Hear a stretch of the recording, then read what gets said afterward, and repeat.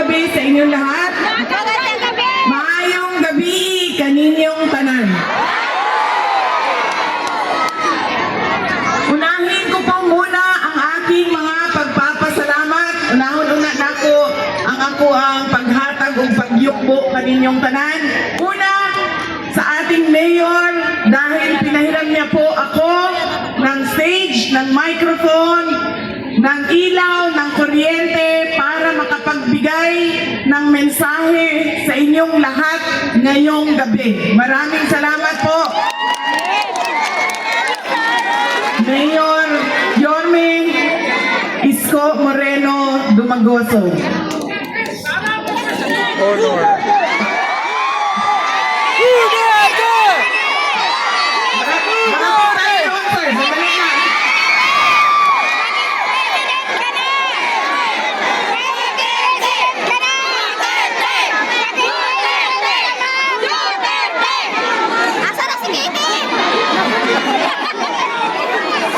Pangalawang pagpapasalamat ay sa inyong lahat, mga kababayan namin.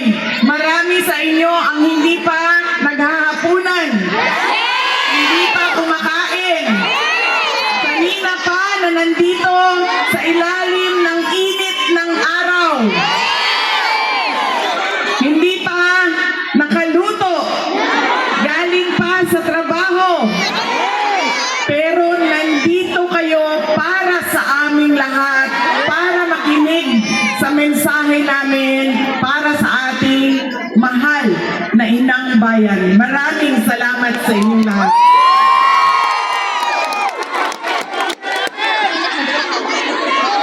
Ang aking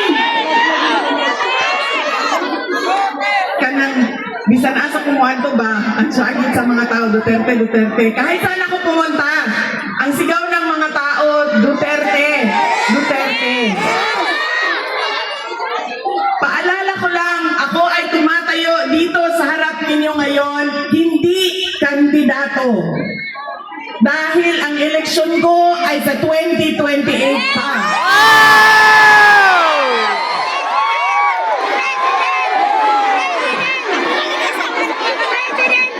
Pwede bukas, may maghamon ng eleksyon bukas.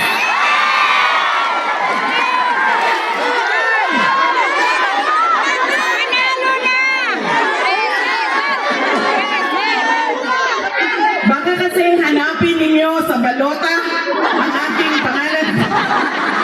Wala pong Duterte na tumatakbo ngayon. Nandito po ako bilang isang botante din. Ngayong eleksyon na ito, botante ako. At meron akong mga paalala sa inyo mga kababayan. Ang pangatlong pagpapasalamat ay mula po kay Pangulong Rodrigo Duterte. Nagpapasalamat siya sa pagpapakita ninyo ng pagmamahal, suporta, at pag-celebrate nyo noong kanyang 80th birthday noong March 2028. Maraming salamat sa inyong lahat. Ang susunod na pagpapasalamat ay mula po sa akin. Personal po sa inyong lahat ang pagpapasalamat ko sa inyong patuloy na suporta at pagtitiwala sa akin, sa aking mga kasamahan, at sa aming opisina, ang tanggapan ng pangalawang Pangulo ng Pilipinas. Maraming salamat po sa inyong lahat.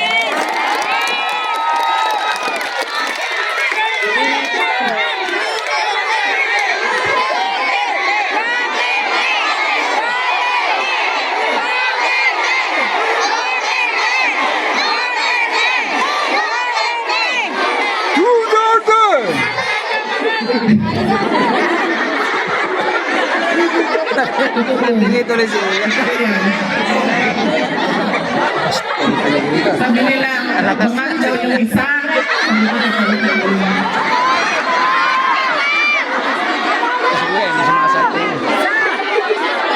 Hindi ko alam noon, pero ngayon alam ko na.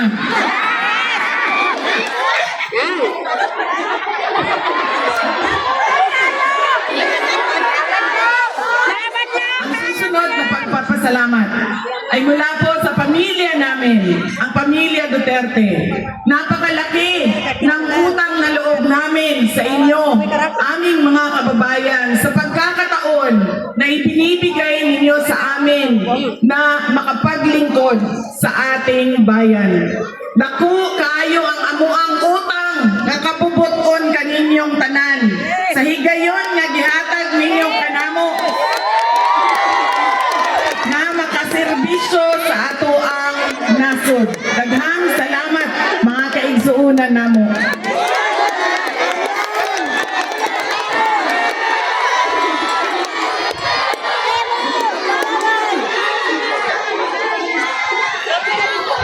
Alam nyo, marami sa ating mga problema ngayon na nakikita natin sa ating lipunan. Korupsyon, droga, pang-aabuso, krimen, ay dahil sa ugali nating mga Pilipino kung paano tayo bumoto at pumili ng isang leader. Merong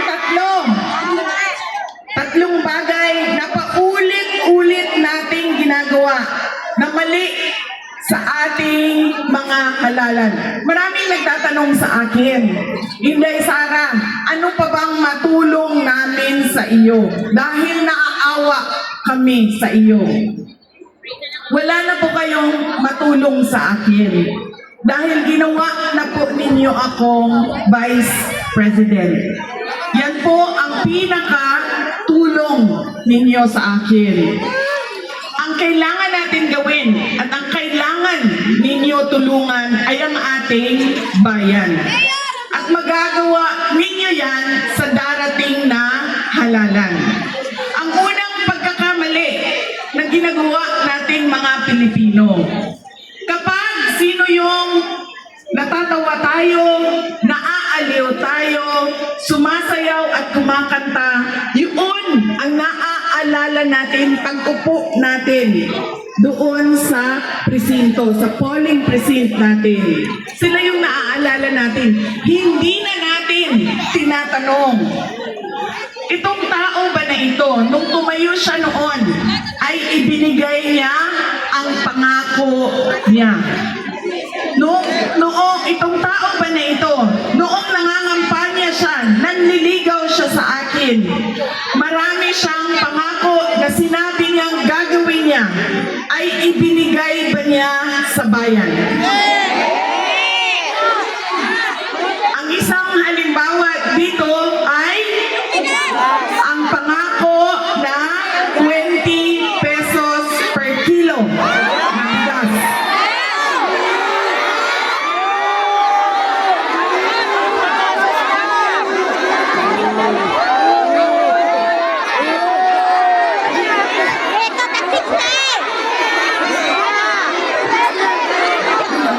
Na pinupuna ko dahil sila naman yung nag-announce na meron silang 20 pesos per kilo na bigas sa Visayas ngayon.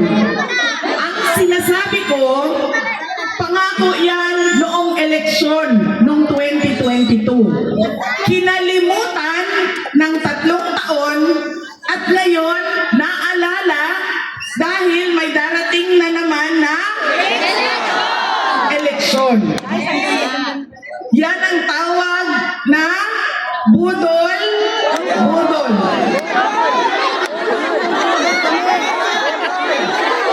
Sa Binisaya pa, bot-bot. Bot-bot nimo.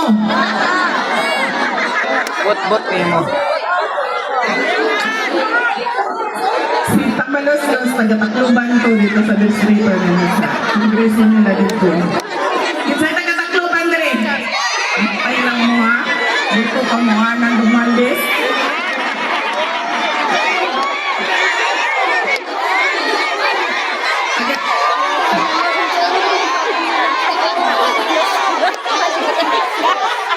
Ngayon, mabalik na naman ang eleksyon, naalala na naman nila. Tapos, meron daw silang 20 pesos per kilo na bigas sa Visayas. Tinatanong ko, unang-una, bakit ngayon lang? Bakit ngayon nyo lang yan ginawa? 2022 pa. Yan, pinaasa sa mga tao. Pangalawa, bakit sa Visayas lang? Hindi ba kailangan ng Baseco ng 20 pesos na kilo na bigas?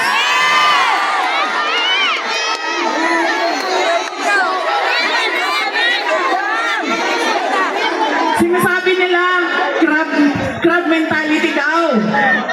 Sinasabi ng Department of Agriculture.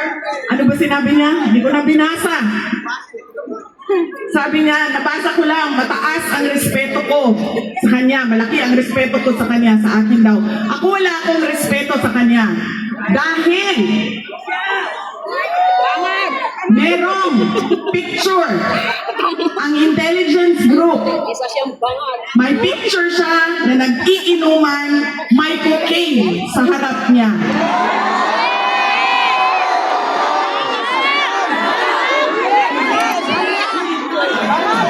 Tanong niyo, sa mga sundalo at sa pulis na nasa intelligence, hingiin ninyo ang picture na yan. Kaya wala sa kanila ang may karapatan na magsabi na hindi tama ang ginagawa ko sa pagtatanong kung bakit ngayon lang ang 20 pesos na kilo ng bigas. Pinapaasa na naman ang taong bayan. Balitan mo na! Pinay Sara, balitan mo na! Yan ang problema natin, di ba? Lalo lang tayo, magaling magsalita. Automatic na, in-endorse ni Inday Sara, pasaylo automatic na. Pangalawa, pagkakamali nating mga Pilipino kapag pumipili tayo ng kandidato, ng leader natin. Kapag galing sa pamilya ng mga politiko, malaking pamilya ng politiko, ay automatic ang boto natin. Kasabi. Alaki niya siya. Tama. Hindi dahil Duterte yan na nakatayo sa harap ninyo, ay automatic ang boto ninyo. Tinatanong ninyo dapat, ano ba ang abilidad at kapasidad ng taong ito? Narinig ko kanina, ang ating Yorme nagsabi, nag-utang siya para sa mga proyekto. Noong ako ay mayor ng Davao City, ang ginawa ko naman ay nagbayad ako ng utang. Ginawa kong debt-free ang Davao City. Pero sinasabi ko sa inyo, hindi mali ang mangutang. Ang mali ay kapag hindi ka nagbayad ng utang. Pero kapag nagbabayad ka ng utang mo, walang mali doon. Kasi kinakailangan talaga ng mga local government units ang panghihiram ng pera para maibigay sa taong bayan ang tamang serbisyo tulad ng hospital na nakikita ninyo dito sa Baseco ngayon.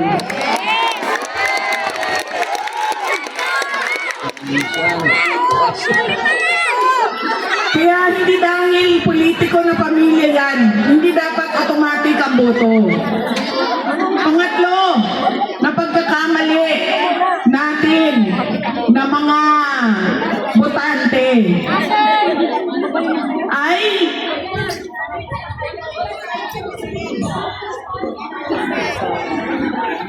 ang pangatlong pagkakamali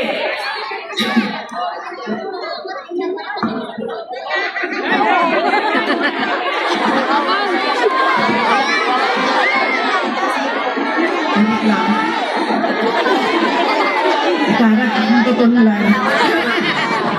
Ano daw? Thank you. Ang pangatlong pagkakamali natin sa pagpili ng ating mga mga politiko at mga leader ay yung binibenta natin ang boto natin. Ipinagpapalit natin ang boto natin sa kung sino ang nagbibigay ng pera sa atin. Nangangampanya ako simula noong 1 linggo, umiikot ako, tinatanong ko ang mga tao, magkano ba binibigay sa inyo? Sa iba't ibang, ano yan? Ano ganito? Magkano ba ang binibigay sa inyo? Burger ba ako?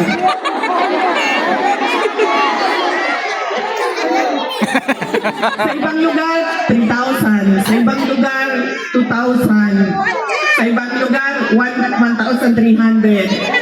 Merong 1,000. Ang iba pa nakakatang dahil legal na ang vote buying, akap, tupad. Wala kami inakap. Nakailang eleksyon na tayo. Tumatanggap tayo ng 2,000, 2,000, 2,000, 2,000. Wala pa. Ilang eleksyon na tumatanggap ng pera ang taong bayan. Pero bakit naghihirap pa rin ang ating bayan? Bakit ang dami-dami pa rin? Gutom. Ang dami pa rin humihingi ng tulong dahil walang oportunidad sa trabaho at negosyo.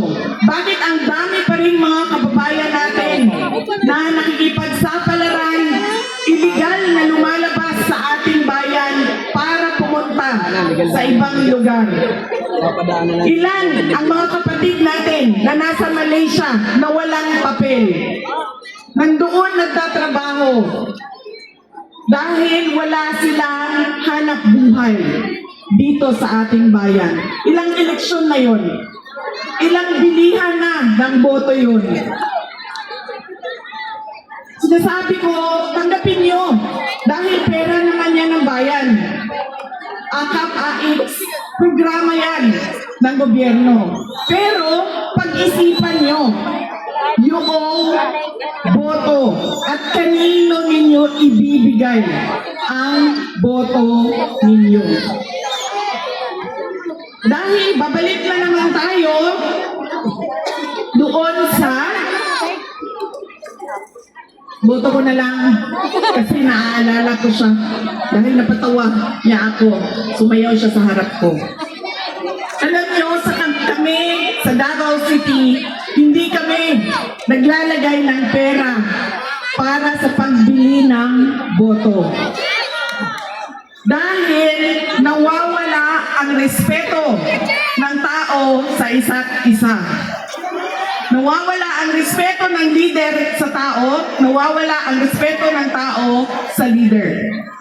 Nagiging transactional ang relasyon ng mga leader at ng mga kababayan natin. Kaya ang nangyayari sa amin, at alam to ng mga taga Davao City, at ilang beses ko na to binanggit sa COMELEC, sa kawalan natin ng biometrics at automated voters list. Ang nangyayari sa amin sa Davao City dahil hindi binibili ang boto at walang natatanggap ang tao, buboto sila sa umaga sa Davao City, sasakay sila ng truck at babiyahe sila sa Western Mindanao, pupunta ng Maguindanao, ng Lanao, ng Cotabato City at boboto ulit doon at kukunin na nila ang bayad sa boto nila. Nagagawa yan doon sa Mindanao dahil 2-3 oras lang ang biyahe papunta sa kapitbahay.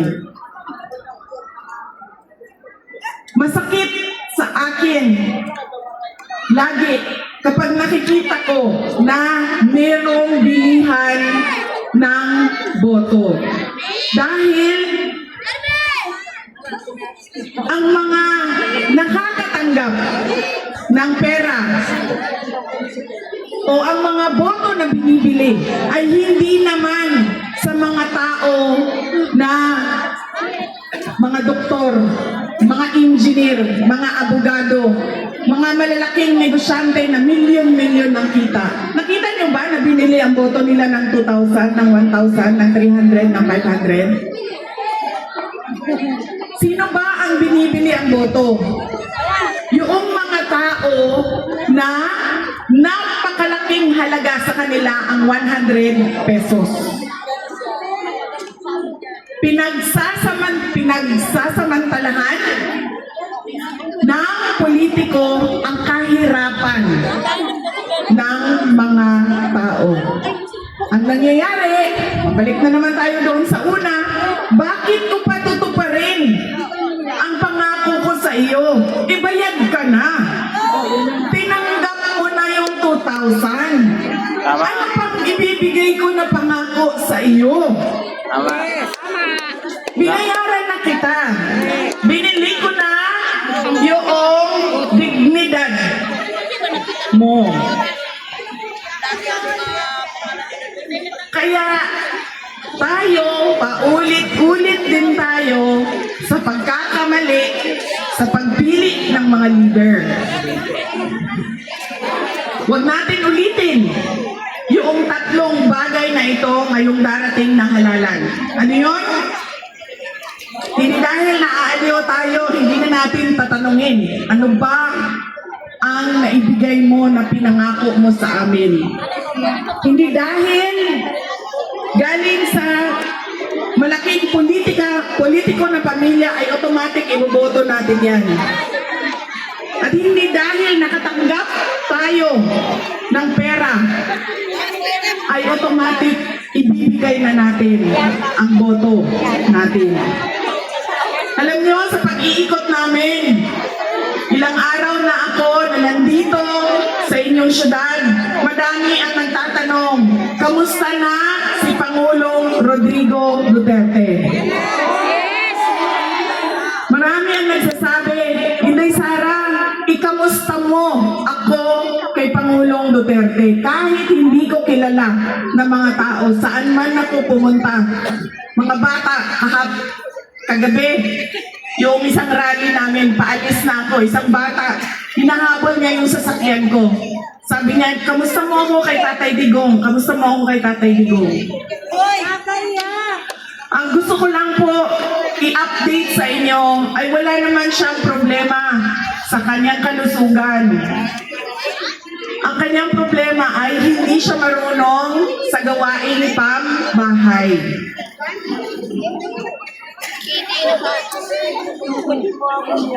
Hindi siya marunong magluto, hindi siya marunong maglaba, at hindi siya marunong maglinis ng kanyang kwarto.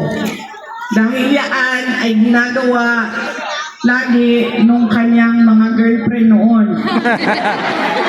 At syempre, hindi naman nakulong yung girlfriend niya, ay wala siyang kasama doon sa loob. Pero merong dalawa na girlfriend na nag-aantay doon sa labas.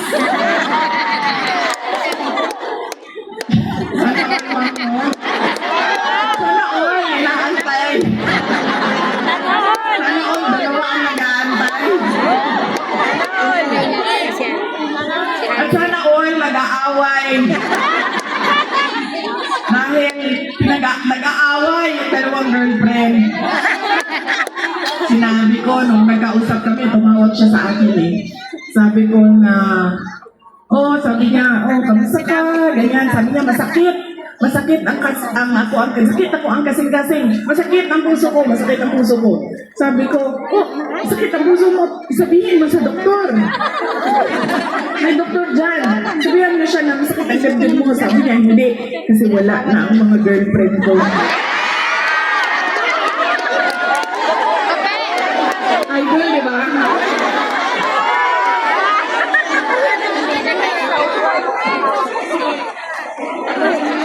Tapos sabi ko sa kanya, ay naku, huwag ka mag-alala. Yung dalawang girlfriend mo nandyan sa labas, nag-aaway.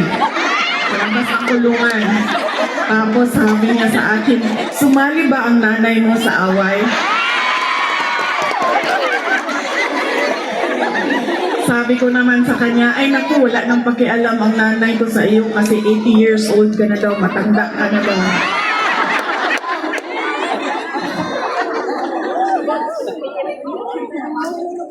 Yan po ang kalagayan ni Pangulong Rodrigo Duterte noong tumawag siya sa akin. Kailan ba? Nakakalimutan mo na kahapon ba yung tawag niya?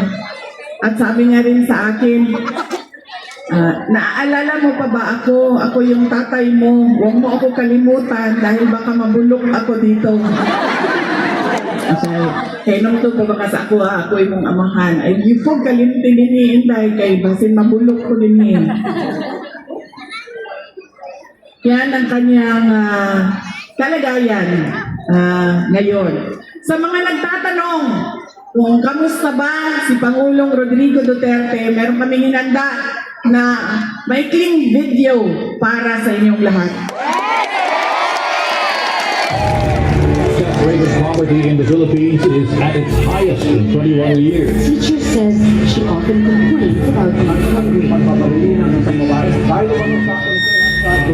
Pinagtataga hanggang sa mamatay ang natutulog na maglola. Kasi never know. Ang bakit yung mga tao gumagamit ng drugs?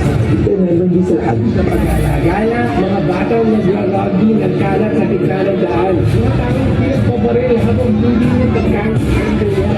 Kalat sa social media ang video ito ng pamamalit sa mga School, they spend their days scavenging to earn money. Permanente trabaho ang suspect at gumagamit sa umano ng droga.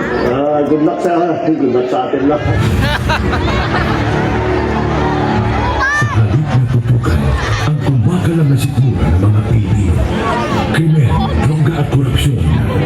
Mas inuna ang sariling interes at kasakiman sa kapangyarihan. Itinapon palabas ng bansa ang nag-iisang Pangulo na siyang tunay na nagmahal sa bayan. Mula nung si Tatay Digong ang naging Pangulo, tumahimik yung mga hindi. Nagkataon ako ng peace of mind. Yung anak ko, nung hindi sila sinikado sa daan, sobrang happy ako. Dahil nung umupo si PRRD, kahit sabihin natin maraming tumutugis, maraming tumutugis sa kanyang war on drugs. Pero majority po sa atin na mga Pilipino, wala na lang doon sa mga drug lords, mga drug users, mga ano yun ang ayaw eh. Pero sa amin, lalo kami mga OFW, lang naman namin ang safety sa aming pamilya. It's time to be powerful and a time to be just a nobody. I used to describe the brightest star there was mine, shining brightly. And in a few days, I will be just a Rodrigo Duterte from Danao City. Daghang salamat. Lubos na minahal ng PRRD, ng PNP at AFP. Pag ako ang nanalo, kaagad dublado ang sweldo ng pulis sa Amerika. Sinabi din pala ang gagamitin laban sa kanilang dating Commander-in-Chief. Ano ba ang damage ng government interest? Kung hintayin ko lang yung dalawang anak.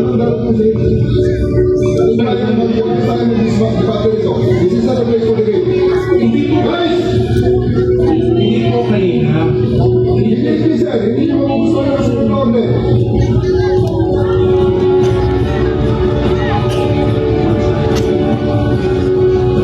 Napilitan sa serbisyo ang iba dahil sa order na isang bangag na namumuno sa kanila. All of the working year, Rodrigo Duterte has been taken into custody by the International Criminal Court. Ang simula ng pagliyab ng damdamin ng mga Pilipinong nagmamahal kay Tatay Digong.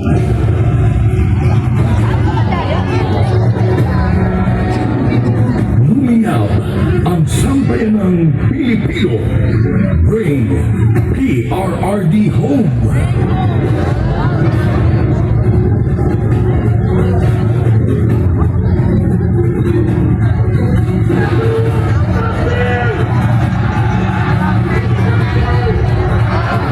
Iisa lang ang sigaw. Duterte saan man sa mundo.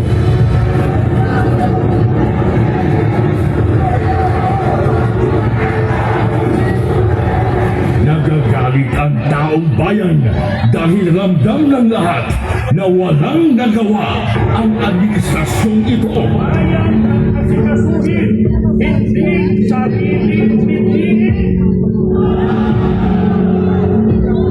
Nais nating katawanin ang nagkakaisang damdamin ng milyong Pilipino at isapinig ang kanilang isang bitbinin para sa isang mapayapa at nagkakaisang Pilipino.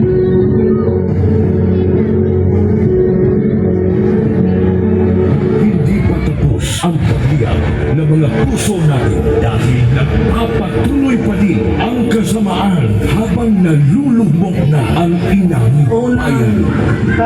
Ikaw at ni Marcos ang atong gold reserves. Sa pagpapatuloy na oral arguments sa 89.9 billion peso transfer ng pondo ng Philippine Health Insurance Corporation sa National Treasury. Muling binisisi ng mga maestrado ang paggamit ng ahensya sa perang mula sa mga kontribusyon ng mga miyembro nito. Ang nando ang DOLE at DSWD na walang listahan para sa mga beneficiaryo ng ayuda sa kapos ang ITA program o AKAP. Sa ating tuloy na sila nagagamit na sa politika ang AKAP. Hindi lang pala 7-7, meron pang 30-30-30. Yung 30-30 naman, kung ikaw ang host ng sorting, you get 30 million, 90 million lahat siyang 30 million AX or ATA, 30 million na BAIC, and 30 million na upad. Sa kanyang 15 taong karanasan bilang kongresista, ngayon ang daw nakakita si Davao City Representative Isidro Uga ng ganitong sistema sa Bicameral Conference Committee. Ang tinutukoy niya ay ang mga blankong line items sa Bicameral Report ng 2025 National Budget na anyang labag sa batas. Partikular dito ay ang missing budget amount sa Department of Agriculture at ang program funds na anyang bilyon na sa halaga. Good luck sa ating lahat. Na-promote pa na ang mga instrumento ng panginita kay PRRD. Police Brigadier General Eugene Fajardo and family, the Chief of the PNP and his family to join the President for a photo opportunity. Walang titigil para sa bayan. Maybe when I say my farewell, I get to live on the last day of my term. I'd like to say something, and maybe I'll cry. Gusto kong umiyak dahil kasi hindi ko maano yung taong binigay nila ng pagmamahal. So, You can save the Philippines. And now vote Duterte.